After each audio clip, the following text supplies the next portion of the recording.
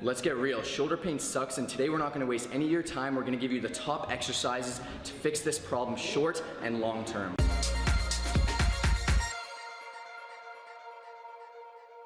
So to make a long story short, guys, after many years of lifting and a lot of neglecting of rotator cuff work, this is something that happens because the supraspinatus tendon as well as the subacromial bursa are just essentially being rubbed together and nothing is working properly. So a lot of times this can cause inflammation, tears, and strains, and oftentimes you feel it deep within the shoulder. It runs down the biceps, and that's why you're experiencing the pain, but here's how to fix it. So before we show you the things that you're gonna wanna do to avoid all this pain, we're gonna actually check to see how you know if you do have shoulder impingement. The first one is called painful arc, as you can see on the screen here, and then the next test here is going to be called the Hawkins-Kennedy test. You're going to bring your arms bent to 90 degrees of shoulder flexion in front of you, as you guys can see on the screen. Crank your hand down with the help of your other hand, and you know, if this really bothers you, then you maybe have shoulder impingement. And last but not least, this is called Neer's test. You're going to want to raise your arm right out in front of you, thumb pointing downwards, and you may have shoulder impingement if this movement reproduces your symptoms. So as promised, we're going to show you short and long-term fixes. This is the short-term one. You're going to want to do 5 to 6 reps against the wall. Once you get to the level of your shoulders, as you raise the elbows up and they come off the wall, you're going to almost bring them together to try to further externally rotate the arm, as you guys can see on the screen here. By doing this, simply put, you're going to be temporarily activating the rotator cuff, allowing you to reposition the head of the humerus to where it should be, therefore clearing more room to allow you to raise your arm above your head without any kind of pinching. So this is good while you're working out if you're feeling any kind of pain. First off, really simple, really obvious, but a lot of people don't tend to do the most obvious things. If it hurts, stop doing it. If it's a very sharp pain, you want to avoid this. Usually uncomfortable pain, sometimes you can push through, but not always. Especially with this issue, this is more prevalent. You got a ball and socket joint here. This is something that is really sensitive, and you don't want to worsen the issue. So if you're sleeping on your shoulder, on the bad shoulder, just stop doing that. It's as simple as it sounds. Doing these constant little things, you know, they're going to compound and become worse. So if you're bench pressing and it hurts when you're bench pressing heavy, it's better just to cut it off, spend some time doing the rehab, do the exercises we're about to show you, and then kind of build it back up, get to where you are comfortable to do these exercises. Tip number 2, we've got to simply reduce inflammation. So if there's excessive inflammation, everything's just going to really be disturbed. It's going to bother you, and our goal here is to get that inflammation to go down, to subside, so that way we can move on to other movements to help you guys out. So there's a couple of ways to do this. You can go online, go to your local drugstore and buy some anti-inflammatory gel and apply that a couple times daily. On top of that, I'd highly recommend, and this is something I've been doing a lot lately, is just hot cold therapy for a couple times a day, 10 to 15 minutes. Next up, our goal here is to release the tight muscles. If your posture is not ideal, then your shoulder is going to be in a suboptimal position, which is going to actually lead to higher risk of shoulder impingement. So we're going to take a massage ball, foam roller, lacrosse ball, softball, whatever you have access to, apply firm pressure in a small circular motion. Aim to do this for 1 minute or pretty much as long as you require. And we have a bunch of different groups that you're going to be trying to aim to really release and work on the screen right here.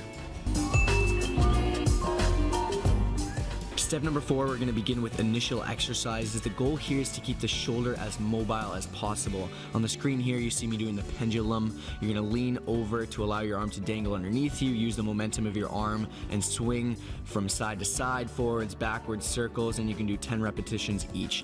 Next up, we've got forward leans. This is fairly simple. Just place your hand on the back of a chair, lean forward as you bring your arm in an upwards direction, and do this as much as you can without reproducing any pain, and you can repeat 20 times or just hold for 20 to 30 seconds. So next up, we have rotations. You're going to want to bend your elbow to 90 degrees, keep your elbows in contact with the side of your body, and proceed to rotate your arms outwards and inwards, and allow the shoulder to move as much as you can, once again without reproducing any pain, and repeat 20 times. So number 5, you're just going to go ahead and get a low resistance band. They're usually red. They can be a bunch of colors. They're pretty narrow here. It's maybe about 1 inch. And what you're going to do is just do this as an activation or warm up for any upper day, or even take the time to do these exercises at home. So first off, I'm doing external rotations with the band. As you can see, I'm nice and postured. I'm squeezing my abs. I have that elbow nice and tight, and I'm opening up my rotator cuff as much as I can, as far as I'm comfortable to. If you have severe pain, you definitely want to tease it out and do it at your level. Furthermore, you want to do it with control throughout the movement. You don't want to be jerking and just throwing your arm around. around. This is foolish and this is how you're going to cause more damage. So do it with control, make sure you have everything tight, and you're really just working on opening it up and improving as you go on. Now you can do this also internally. As you can see, I'm doing internal rotation here, working at the opposite effect. Furthermore to that, some other great movements, as you can see, which I'll demonstrate now on screen, are shoulder dislocation. So you're going to start with them in front of you, you're going to come up overhead, try to spread it, come all the way back to your back. Once again, come up and spread. This is a little more advanced, and if you have serious shoulder injuries, I would avoid this. So definitely make sure you're being okay, and definitely make sure your doctor says you're okay to do these movements before you jump into them. So you're going to come overhead, stretch it out right back, come down, and this is really going to awaken and open up that shoulder. Another thing you can do is kind of warm up the rear delt's chest and just pull in, and just do some of these quick movements to get everything activated, warm, and just get that joint moving, and just work on its kind of ability to withstand this and grow, and you'll get some muscular endurance and some muscular strength out of it. So these are going to make a yard of difference. Definitely implement these. So on top of the exercises Josh just showed you, we're also going to do a couple more. This is going to be focused on isometric training here. This is called the external rotation, and this is to make sure you don't aggravate the inflammation in your shoulder. It involves strengthening your shoulder muscles without moving.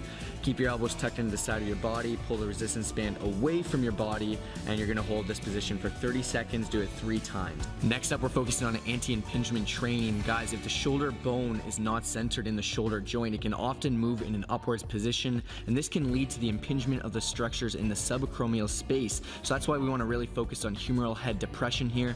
As you guys can see on the screen, basically you're going to just set up a resistance band high up. You can do it in a doorway, whatever works best for you. Hold at the bottom for 3 to 5 seconds, keep constant tension, and do this 10 to 30 times for 3 sets. Okay, so next up we're going to move right into the adduction, and similar, it's just going to be placed up above head. Hold it for 3 to 5 seconds down at the bottom, and you're just going to do this once again 10 to 30 times, and these are fantastic to be doing on top of those exercises that Josh was saying. Next up, we're moving into exercises where we're working against gravity. So we're starting off with the flexion. You're going to want to stand on the resistance band this time, aim to pull the resistance band upwards to shoulder height, hold for 3 to 5 seconds, return slowly down, repeat 10 to 30 times, and perform 3 sets of these. Okay, so and last but not least, we're moving right over into abduction. Similar, once again, you're standing on the resistance bands, you're pulling it to the side, holding for 3 to 5 seconds, and you're always, for every one of these exercises, keeping constant tension throughout. And once again, 10 to 30 times, perform 3 sets of these, and you guys will be well on your way to strengthening that rotator cuff.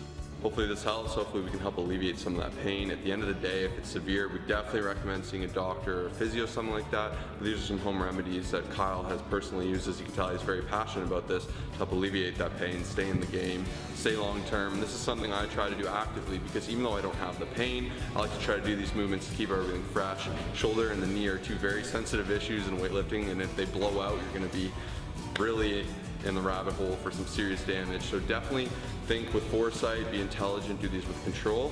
And this is another great video. Hope you enjoyed it. Share it with a friend that could use it. Like, subscribe, comment, share, all that good stuff. Peace.